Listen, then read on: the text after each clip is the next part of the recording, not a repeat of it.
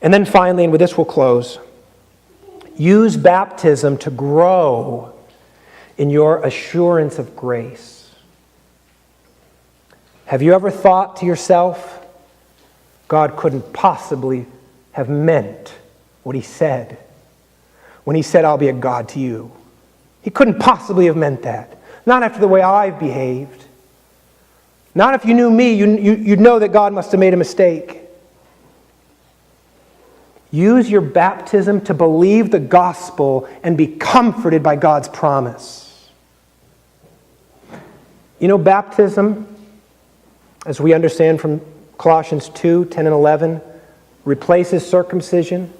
Do you remember the ceremony of the covenant in which God and Abraham participated in connection with the rite of circumcision?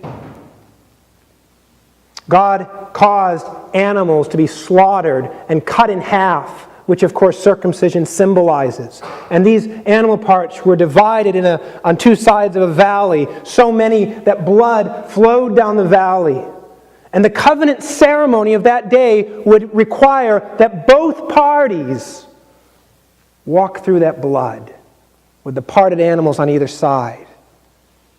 As if to say, if I break my part of the covenant, may this happen to me.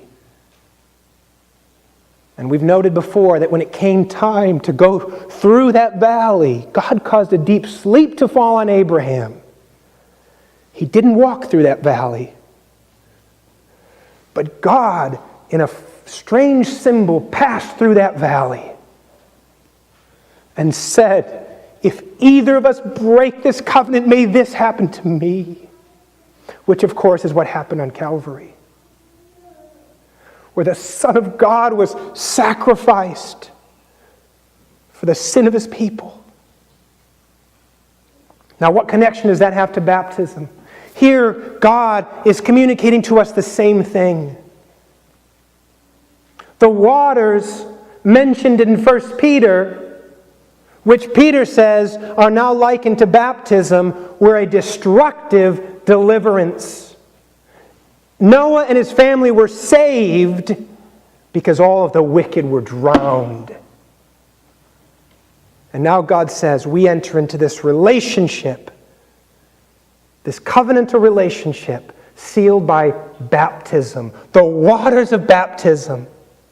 Now all of this leads me to come back to this to say, you think that God isn't going to stand by his promise? You think God is going to reject you because you've sinned too much? You think his promises aren't dependable? To the believer, by water baptism, God says, I will sooner drown myself under a raging sea than to allow a single one of my dear children to experience that destruction. Baptism is a gift. It is a gift that we must use because truly, as Jesus said, he who believes and is baptized will be saved. Amen.